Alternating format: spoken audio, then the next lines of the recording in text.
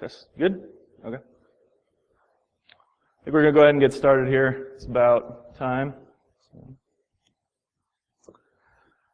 First of all, just a big thank you to CircleCityCon for having us all here. I got to peek behind the scenes a little bit and see how much actually goes into this, and it's quite a bit what these guys are doing. So if you see them around, just be sure to say thank you. I had no idea kind of what all they do, but it's quite a bit what they have going on, so that's pretty awesome. Who am I? I'm a threat researcher for Fidelis Cybersecurity. I'm working on a doctorate in computer science. I'm a SANS lethal forensicator. Spelling is really important on that one. I just get it wrong. Also some certifications. Always learning new things. There's always so much to learn with this stuff. And all views expressed here are my own. A little bit about this talk. Why do we want to analyze malware? Is it for the fun of it? It is kind of fun when you're messing around with it. Because you like pain. It's definitely painful when you get something that's really obfuscated. Or to create indicators and better understand attacks. Or Hakuna Matata. So, pretty obvious. It's easy. It's Sunday. Everybody's had a long week. So, that's the reason. Answers always see a multiple test questions, but in this one I think any of them could be. So what is malware armor? Bad guys, they don't want us to understand what they're doing. So the different techniques, we have anti-virtualization, anti-debugging, anti-disassembly, obfuscation, and packers. Those are some of the things we're going to be going over here. We're also going to give kind of just a little primer to kind of jump into malware analysis, how to dive in. There's two main parts, dynamic and static analysis. And so just starting off with dynamic analysis, what is it? You're basically just, as simply as put, you're watching what it does, but safely. So doing it on another machine. Just the other day there was a VMware escape, so that can happen. So having a separate machine, using VMs with snapshots. Also there's sandboxes. If you want to try one online, you guys get some sort of phishing email sometime, check out malware.com or hybrid analysis. Those are really cool. And then also there's some bare metal solutions, so that's going to bypass some of the anti-virtualization things that we're going to be talking about here.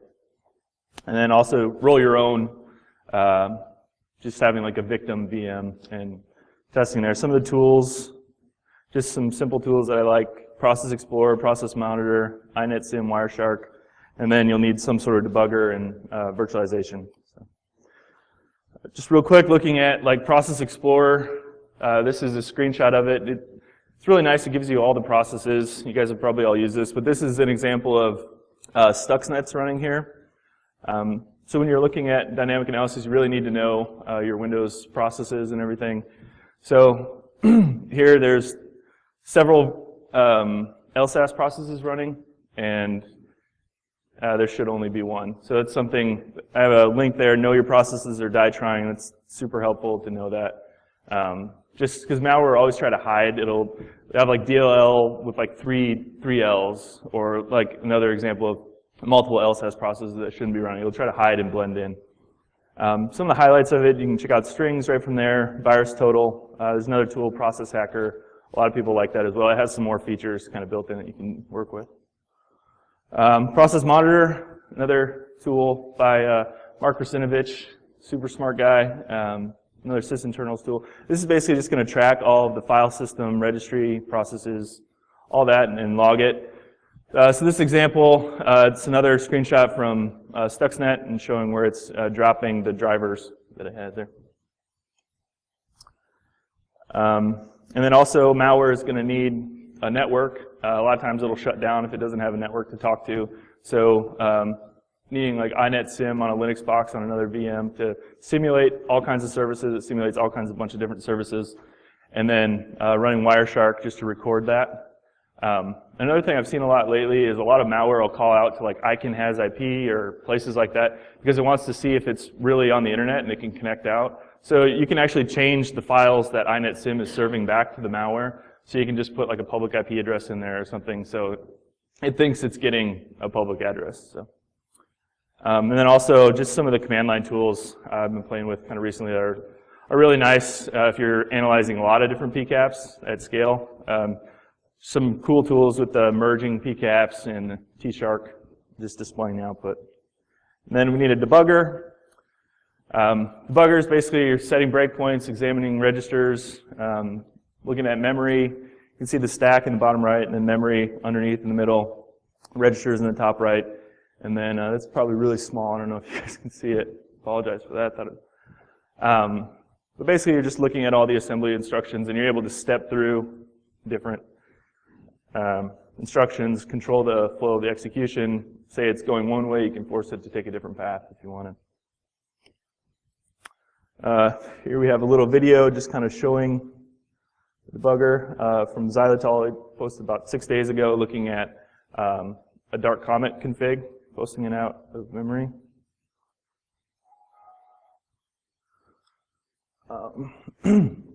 Series opening up resource hacker, just to look at the resource, and there's the config. It's obfuscated in there. He's hitting play to start the execution. And he's actually, there's all kinds of plugins for OllyDebug that you can use. This is one to break on certain APIs. Shows one to break on there. Playing, stepping through. It's a little bit about that API. It's a lot, at least what I'm doing. When you're debugging, you're just constantly hitting, on the F keys. So there he found, I think that was the function that deobfuscates that resource that was shown there.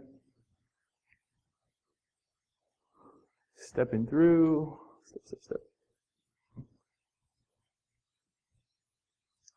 And then there's the key register.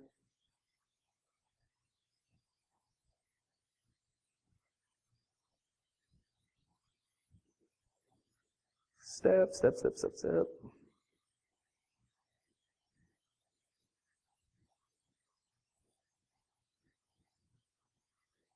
He's setting a breakpoint there.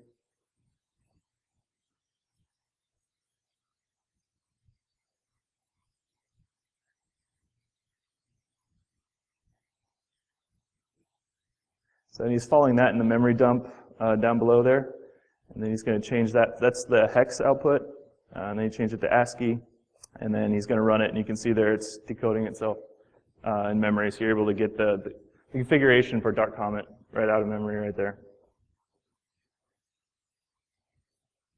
That's kind of the main point with that. It goes on a little bit longer. But so real quick, getting on to the other part of analysis, just as a primer, static analysis. That's basically what can we figure out about whatever file we got without running it.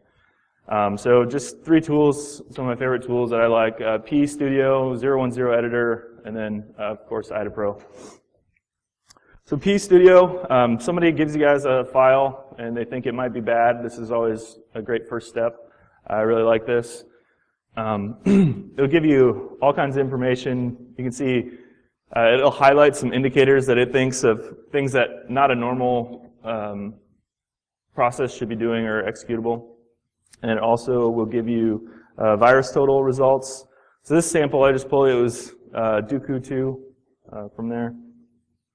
And then also it'll show you the imported symbols. So that's super handy knowing what certain APIs it's going to use. And then when you're doing malware analysis, looking at MSDN, basically living there, researching different functions and knowing what they do. And then also knowing Windows internals. Once again, Mark Rusinovich.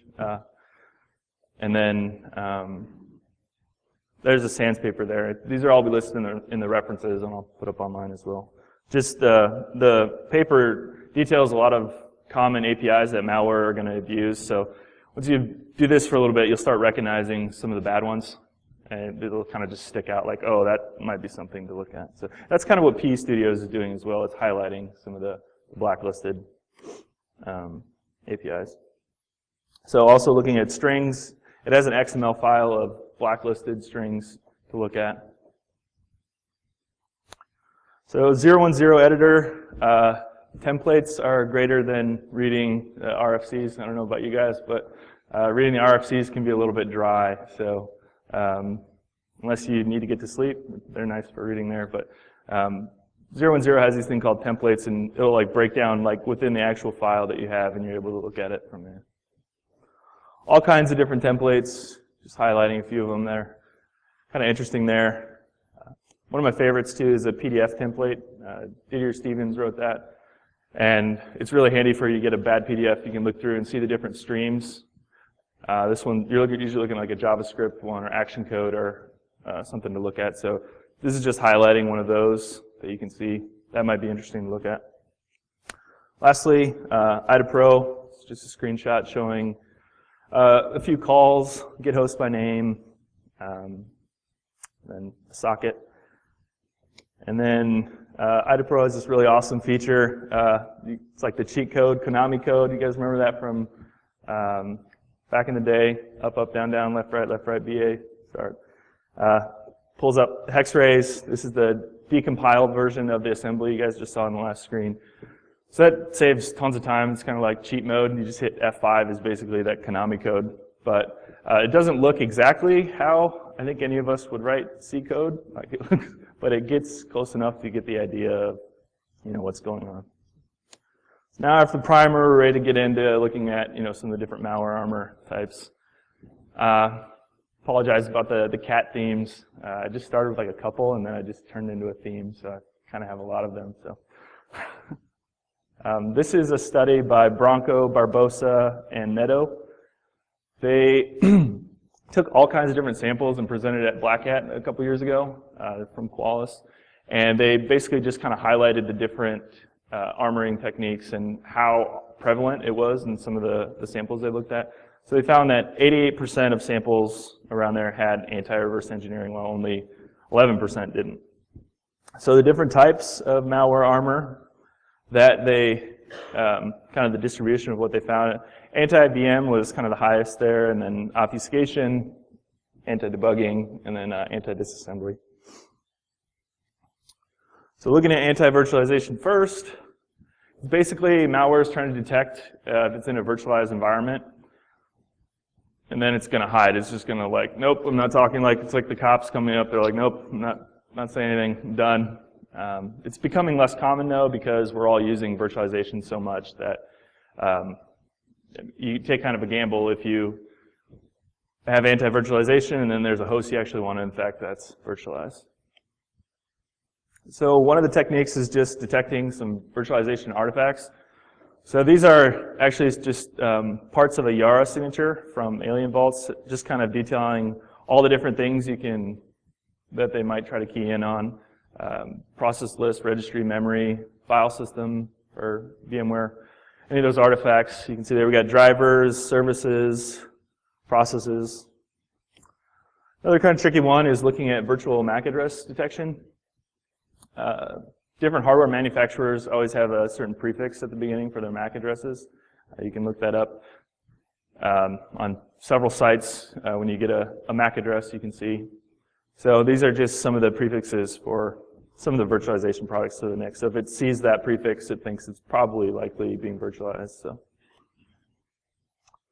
that technique of kind of checking for the artifacts can also be done for a lot of the tools that we use. OllyDebug, Wireshark, Process Monitor, a lot of those.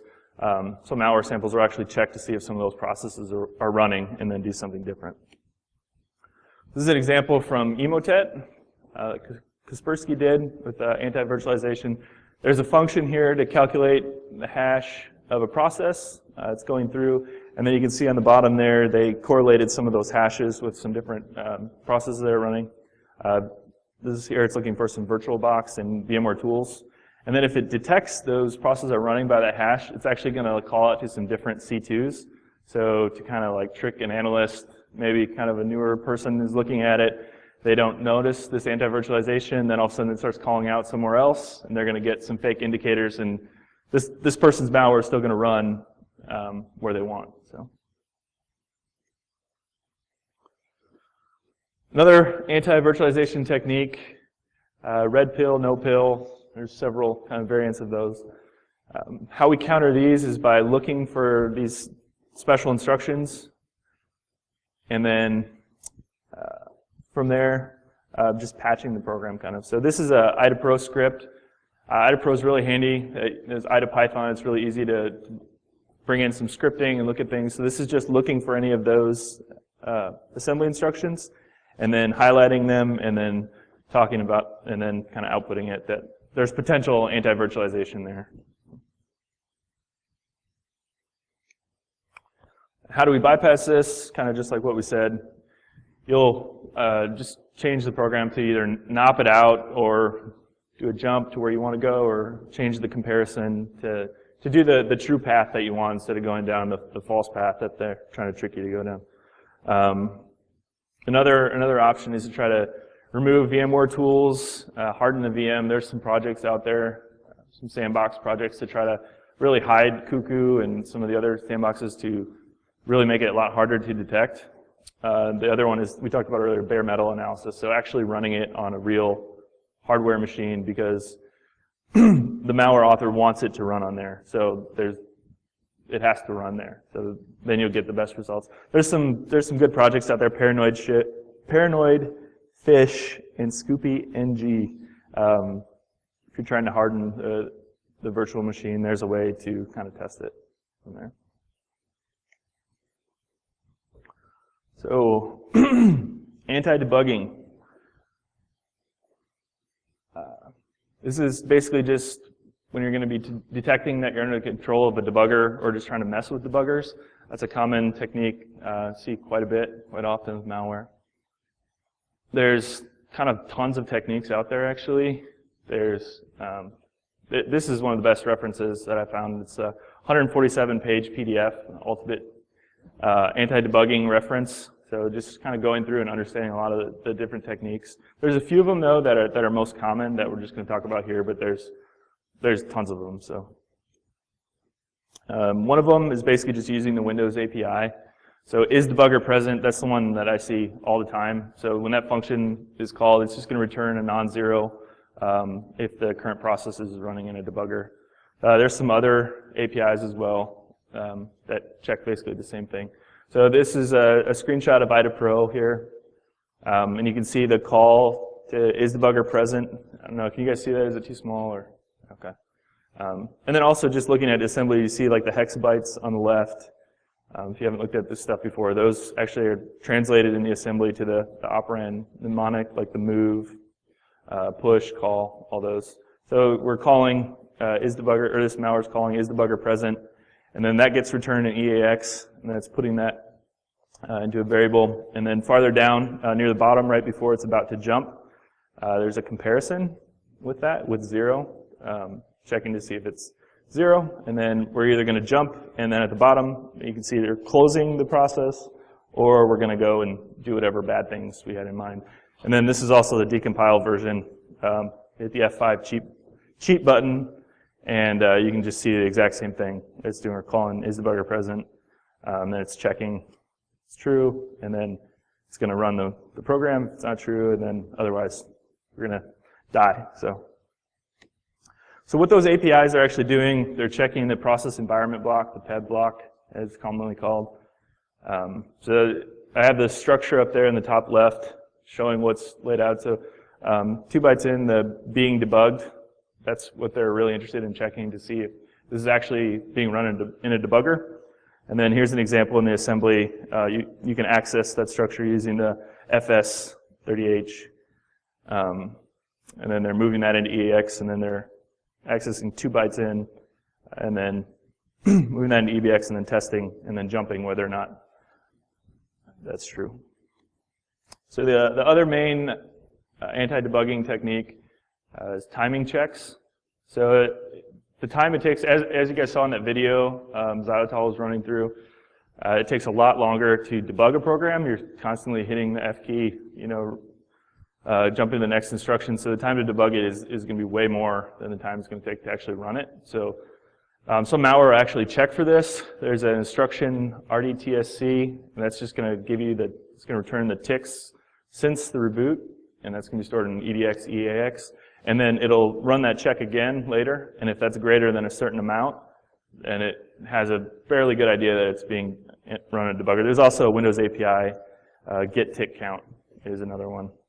that they could run early on, check it, and then later on check it again, and if it's too big, there's something fishy going on. So this is kind of a fun one. I don't see it as much anymore. Thread local storage, commonly called TLS callbacks. This is just another way to start a program. There's another section called the TLS callback, and many debuggers will start on the entry point, or stop on the entry point when you load it, and you actually have to go into the settings and make it stop earlier on at the TLS callback. So that's another reason to run it in a VM in a safe environment, because you may be running it in a debugger and you think that you're fine, you're safe, and then there's a TLS callback and your debugger's not going to stop for that, and all of a sudden the malware's running and you didn't catch it. That happened to me before playing around with stuff. I think a class I took we had that too. It's kind of funny. But so how do we bypass anti-debugging? The easiest way nowadays is just using a plugin.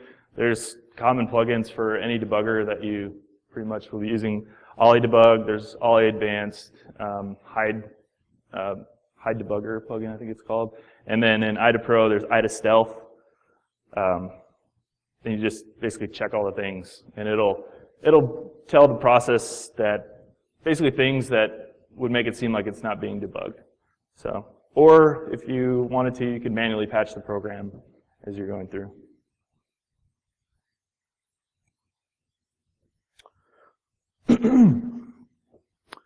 So the next technique, anti-disassembly. These are just techniques to make disassemblers mess up. Every disassembler kind of has to make assumptions on the code, on what you're getting, in order to display the mnemonics from, it's basically just getting hex bytes, and those can be variable offset, variable length. There's no real structure to it that it has to be. So the assembler, as it goes through, it has to make assumptions on what it thinks this code actually is. There's two types of disassemblers. There's a linear. So that's just like when you're on a Linux terminal and you use object dump. That's just going like in a dumb way, just like straight through the hex bytes, and just like these hex bytes equal this operand with this. These hex bytes equal this, and just going straight through from beginning to end. And then there's recursive traversal, and that's like IDA Pro. That's intelligently going over the program and discovering what code it should disassemble, what mnemonic it should do, and if it even should disassemble certain parts. So those are the two parts. Obviously, we want recursive traversal. It's a lot harder to fool, but as we'll see here, there's even some ways to mess with that. So this example is particularly kind of a good one, kind of an evil one from Nick Harbour. He's got an awesome presentation there on Vimeo he did for Nova Hackers a little while back. It's really good. He covers a lot of these techniques. So this one, we're starting off those bytes on the top. It just looks like a move instruction, and then an EAX, and then there's a short jump, -7. So that's always going to be true as well, because you're XORing EAX, the 0 flag. And then, so you're going to jump 7 bytes back. So it's almost like an unconditional jump, but it looks conditional almost. So you're jumping 7 bytes back, actually in the middle of that instruction, the move instruction there. And then EB05, you're actually jumping 5 bytes ahead to the real code, but there's that E8 there, and the disassembler is going to start with that, and it's going to be confused as it goes through and tries to disassemble. So how we bypass this is just, you need an interactive disassembler like IDA Pro. And you can actually redefine certain code blocks. You can hit the U button, that does an undefined. D turns something into data, and then C, an important one. You can turn something into code that you want to change to code. This is an example of Shiva, anti-reverse engineering. It's from the IDA Pro book. It's a really great reference on this topic. But we can see at the beginning, there's a call instruction going to whatever, and then D6 plus 1. And then you see the next instruction, D6, but you're actually going plus 1 into that instruction. So the disassembler doesn't really know, what's going on there. So what we need to do is, at that D6 instruction, you can undefine, and then at the place where you're calling to, change that to code. And we can see we have some more instructions to go with. So we have pop, load effective address, and then going down. And then now we have another jump to DB plus 1 there. So you can see there's another instruction right below there, db, but you're actually going 1 byte past that.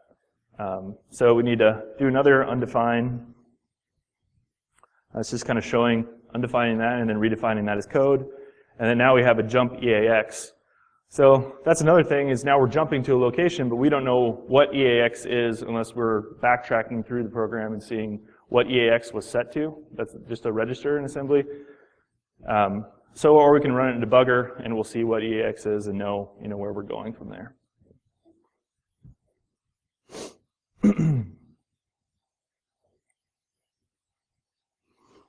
So that first initial example I showed with the assembly kind of all messed up, that's actually implemented in a tool that Nick Harbour wrote called PE Scrambler, and that's implemented in this Veil framework, and that's kind of just a tool. A lot of pen testers probably use this more. You can generate Metasploit payloads that bypass AV and make things a lot more difficult to analyze. So that was an example of some of the anti-disassembly that PE Scrambler does. It does some other things too that just make it pretty difficult to look at. So it's just out there if you guys are looking for something to play with ever. We're getting into obfuscation. This is basically just obscuring programs to make them more difficult to analyze. This can be as easy as simple substitutions, XOR, Caesar, base64. See those all the time just because probably they don't take up a lot of resources for a malware author to use, and then they still obfuscate things and make it a little more difficult. And then also you can use real cryptography, but then you're going to have to import all that stuff. Real cryptography takes a lot to do it. So, and then custom encoding is probably the worst of all of them, using several of these operations because there's nothing common out. Like base64, you can easily decode that just using any kind of base64 decoder, but if it's something custom, you actually have to reverse engineer to see what they're messing with and changing in order to get that. And then also just inserting a bunch of junk code just to make it harder to look at. Here's an example just showing simple XOR encoding. It's probably kind of small for you guys. So just they're jumping through, and then you can see I have it circled there in the bottom left. There's just XOR. XOR is used quite a bit to zero out certain registers and things, like XOR, EAX, EAX. But if you see it used and then there's like a key or something different, it's commonly something probably interesting. So here it's being XORed with a key, EAX there, and then you can see the decompiled version up there. It's a little easier to see the XOR operation with that key. So they're just, you can see the string in the binary. If you just pull up strings, usually you can see all kinds of interesting things, but if they do something like this, you pull it up, it's just going to look like garbage until you actually reverse it and see what they're changing that to. So cryptography, there's a couple of really good plugins for IDA Pro. IDAscope, FindCrypt2, those will actually go through and locate. Cryptography requires certain constants, and it'll go through and find those for you and highlight them. So if you're looking for a section maybe that's doing some cryptography, that could be helpful. And then entropy as well. IDA entropy is a plugin. There's lots of other ones out there that can calculate the entropy. I think even Yara has that built into some math operations that it has now. So basically, the higher the number in entropy, the more random it is. So the more random it is, the more likely it's either packed or encrypted. Encryption is very random, right? So the lower number, maybe it's not encrypted or packed, but higher probably is. So then moving into packers. So all these different techniques we've talked about so far, the anti-virtualization, anti-debugging, all that, a lot of those can be brought together all in packers. They'll combine multiple versions of these techniques, and then also be used to shrink the malware. It also makes it more difficult to detect because you're not just looking at the underlying binary there. They're messing with it basically to try to make it harder to find. Makes analysis more difficult for us when we're trying to look at them. And then, yeah, as we said, kind of combining multiple techniques. And this is a picture of a cat here, like those. Have you guys seen those like Russian nesting dolls, and Matryoshka or whatever? So it's kind of like that with the cats, right? You're pulling one off, there's another one below it, and you keep going one lower. That's kind of what you're doing. You're embedding an executable in there, and then it's going to unpack it, and oh, then here's the real one from there. So that same study done by these guys there, they found that 65% of samples were not packed, while 34% were, so it's quite a bit. There's tons of different packers out there. They're pretty easy to find. From this graphic by Angie Albertini, UPX is probably by far the most common. And then you get all the way into, there's a lot harder ones like Armadillo, or like probably some of the hardest packers, VM Protect and Themida. They actually like virtualize the instructions, so it's actually interpreting like virtualized instructions that you have to figure out. So that can be pretty tricky. Some of the top packers, as we said, UPX, Armadillo. In this sample that they did, Armadillo was up there. Some of the other ones, maybe not as hard. As we can see, UPX is pretty easy here to unpack and show. And this is just kind of highlighting some of what we said. Another infographic here about how packers are going to combine a lot of different techniques. So we got a compressor part of it that could compress the malware to make it smaller. When you're transferring over the network, you want it to be small so that you can download fast and get what they need to get done. And then the protection, anti-debugging, anti-emulation, all that fun stuff. And then a crypter, messing with it, encrypting, encoding. And then a bundler for like dropping or injecting other files. And then the virtualizer, that's kind of the more advanced protectors that we see there. And then a mutator, that's more for messing with the file, like the polymorphic, metamorphic type stuff, that making it difficult to detect, basically, kind of changing it a lot. It's just showing some of the different kind of functions of it as it goes down to unpack. You can see kind of from more of a simple to more of an advanced level here. Basically starting out, you're basically unpacking, decrypting, and then you're going to jump to that entry point of the actual program. UPX is the easiest. It's by far the commonly most used that I've seen, and it's really easy to unpack actually, but then basically it just makes it so you can't see the binary just sitting on disk by itself as easily, just looking at strings or whatever. But so -D will actually decompress it. Unless sometimes they might mess with it so that this doesn't work, just using the basic way to unpack it, but it's very easy just to find where it jumps to the actual start of the unpack program.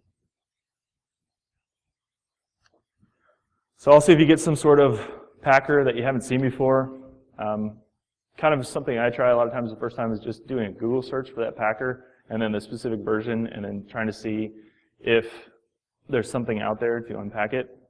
So there might be one out there that's worth trying.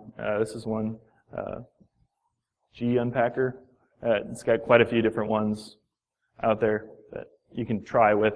You might have varying success here or there, but if it only takes a couple minutes and it might save you a little bit of time, it might be worth just giving a try at it.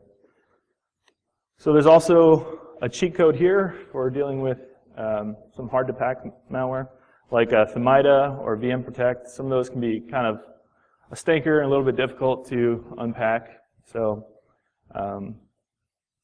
also you might not necessarily even need to do that, because depending on what you're trying to do. So it could be a big investment to try to do that, and you might not need to. So you might be able to just get what you need. The malware at some point it has to run, right?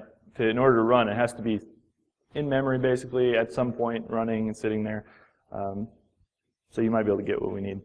So memory collection might be given like a memory dump or something, but if you're collecting it, if it's a VM, it's super easy, right? There's you just suspend the VM and then grab that file out of the directory. Also, there's other files you can get if there's a crash, or the hibernation file. And then by far the most common is just running it in software. This is my favorite, Moonsouls Dump It. It's just like a command line tool. You just run it, it'll dump all the memory for you. Pretty simple, easy. This is a screenshot from Art of Memory Forensics. It highlights a lot of the different ways to collect memory there. So, and then we got this memory dump where we're going to look at it. You guys have probably all heard of volatility. It's got like tons of plugins here. As you can see, we got like the knife guys, like, and you buy this, and you get this, and this, and this. I love watching those guys like late at night. I don't know if they're still on, but I used to watch them. So tons of functions to do, or plugins with volatility, and there's more. There's a contest every year.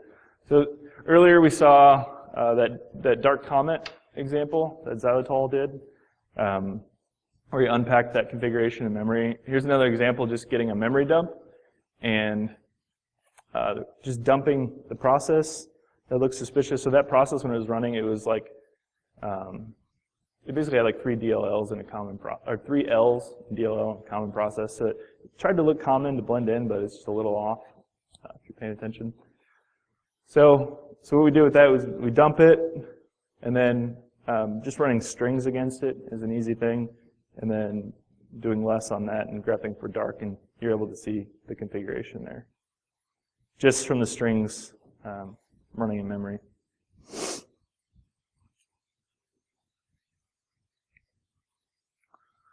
So we bypassed the memory, or bypassed the armor, I guess I should say. Now what are we going to do now? So we got actually the piece of malware that we're going to look at. What is our goal here? Keep that in mind. Don't get lost in the weeds when reversing a malware sample. It's not often needed to know about every single little function that the malware is doing, but kind of focusing in on some key areas that are interesting to you. So if we wanted like to create network indicators, say we had some malware that triggered an incident or whatever, and we wanted to look at it to see what it was doing on the network, because we had a good way to detect something on the network. Maybe we'd look for domains, IP addresses, ports, protocols, HTTP headers, content, all that stuff. But how we would zero in on that is looking at the different APIs and when they're used.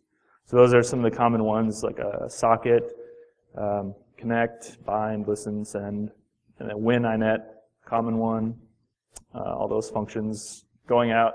A lot of times malware will go over HTTP because it blends in. If in all of our environments there's tons of HTTP traffic, right? HTTPS traffic, probably even harder because then it's encrypted, but tons of HTTP traffic, it's like looking for a needle in a haystack sometimes. So they'll beacon out over HTTP with some sort of something in the URI string to key in on maybe, or domains that it's reaching out to. So some of those like HTTP open requests, send requests, and then actually reading the file when it gets back. So, like it might beacon out to say, what do you want me to do over HTTP? It'll get something back. It's going to read that, and then those might be some really interesting places to key in on if you're looking for a network indicator. If you're looking for like a host-based indicator, Yara's like super awesome for this. Their little tagline is pattern matching Swiss knife. So this is just a Yara signature looking at a point of sale malware. You can put metadata in the signature, like to say what the malware was or what you wanted to track. And then also, and then you're going to have some strings that you're going to match on. So Yara, you can feed it files, PCAPs, whatever, and it'll basically search over the file really efficiently and fast and try to find whatever it is you're looking for. So for this one, I defined 3 strings that are there. They left the debugging symbols in this malware, so it's kind of a good thing to key in on. And then the condition, also with those strings, you want to make sure that they're long enough so that basically for efficiency, if you have a really short string, Yara is going to match that really short string more. So if you have a long enough string, it's more efficient. And you also want it to be unique as well. So P Studio has those blacklisted strings and things. Those might be good ones to key in on to look at, because it also will compare against, or I guess that's another tool we'll get into. But and then the condition, the uint 16.0, and that's actually the beginning of an executable, the 5A4D right there. So that'll only match if the file is an executable, so it won't trigger on anything else that has those strings in there. And then also, the file size is less than 500K. That also helps with speed. If you have a big file, it's not going to have to go through all that because malware a lot of times is going to be smaller. So just how many samples you are, just try to match the file size as well as the header helps. And then it's going to match one of those strings. I'll trigger on some documentation there.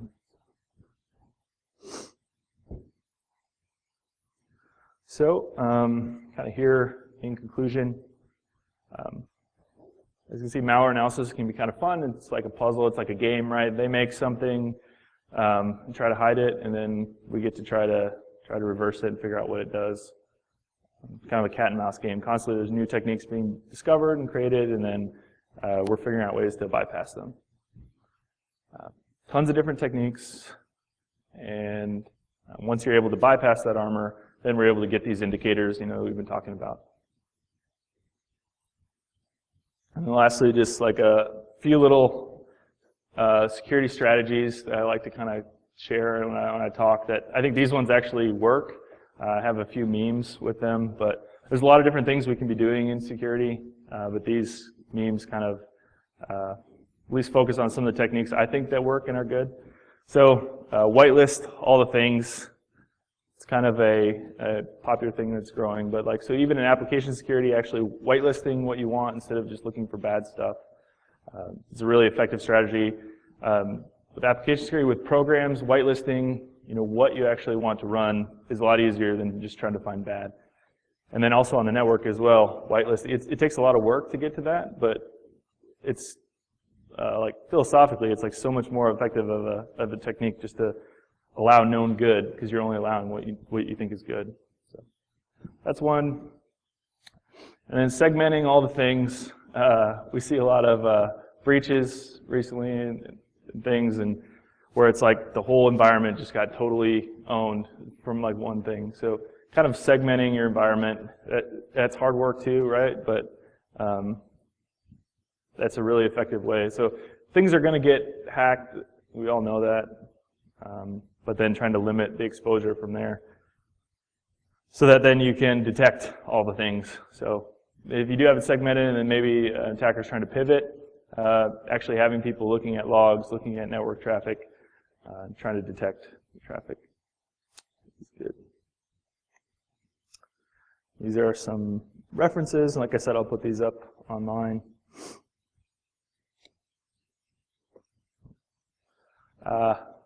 Yes. Any questions at all from anybody or anything? Yeah. What would you recommend for a place to go learning how to play with malware? Sure. I have actually a resources section up on my website, tylerhalfpop.com, just for that. So I detail out all kinds of different tools you can look at, and then some books. Practical Malware Analysis is a great book. Mike Sikorsky, it's a good place. Malware Analyst Cookbook is another good one. I'd say, start with maybe those two. They have lots of labs built into them as well. And then I have some of the tools I listed here are kind of the 20%. They're going to give you the 80% return. So really knowing these tools, and then I have a few other ones listed on my website. That would be helpful.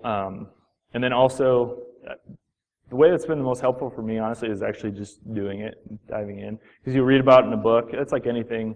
Right? I mean, we read about it, but then once we actually dive in and start doing it, that's why I like CTF and actually doing stuff like that. And certifications that require you to actually do something are so much more beneficial than just reading and multiple choice. So there's some sites out there, I have those listed on my site too, as well, where you can download live malware. And then also there's some challenges like doing crackmes.de. They have little challenges that reverse engineers will make to kind of to hide a key in there or something, or basically to defeat a copyright mechanism or something that they invent, like a key generator kind of thing. So those are really good ways to just dive in and start playing with it. IDA Pro has a community version as well that you can use. It's kind of expensive, unfortunately, but there's other ones like Hopper that runs on Mac and Linux that has the ability to do some decompiling as well, which is nice. And then it's coming a long way. So I'd say those ways, those kind of places are the best place to dive in and just jump in. Yeah, it's fun. So, be kind of want to pull your hair out sometimes. But good, cool. What's up? What's the best antivirus? Best antivirus. I'm being trolled. Honestly, though, that question, like a lot of people like really dog on antivirus, and it's true. You can bypass it pretty easily, right? Like a lot of pen testers will show talks. I mean, using that Veil framework or just using some simple Python, it's really easy to bypass AV. But a lot of them are pretty similar. There's probably some ratings out there I think I've seen that show maybe ones that maybe catch more stuff. But I think it still will catch a lot of the generic stuff. I think Microsoft actually did do a study, maybe on showing computers that don't have any antivirus and then ones that do. At least you're going to catch your grandma clicking on some generic stock Trojan. You're not going to catch somebody that actually knows what they're doing, right, with just antivirus. So, yeah. It's a good one. Thanks. Anybody else? Anything? Or? Cool. Well, thank you guys. I really appreciate you guys coming, sitting through. I know sometimes looking at stuff maybe can be boring, so thanks.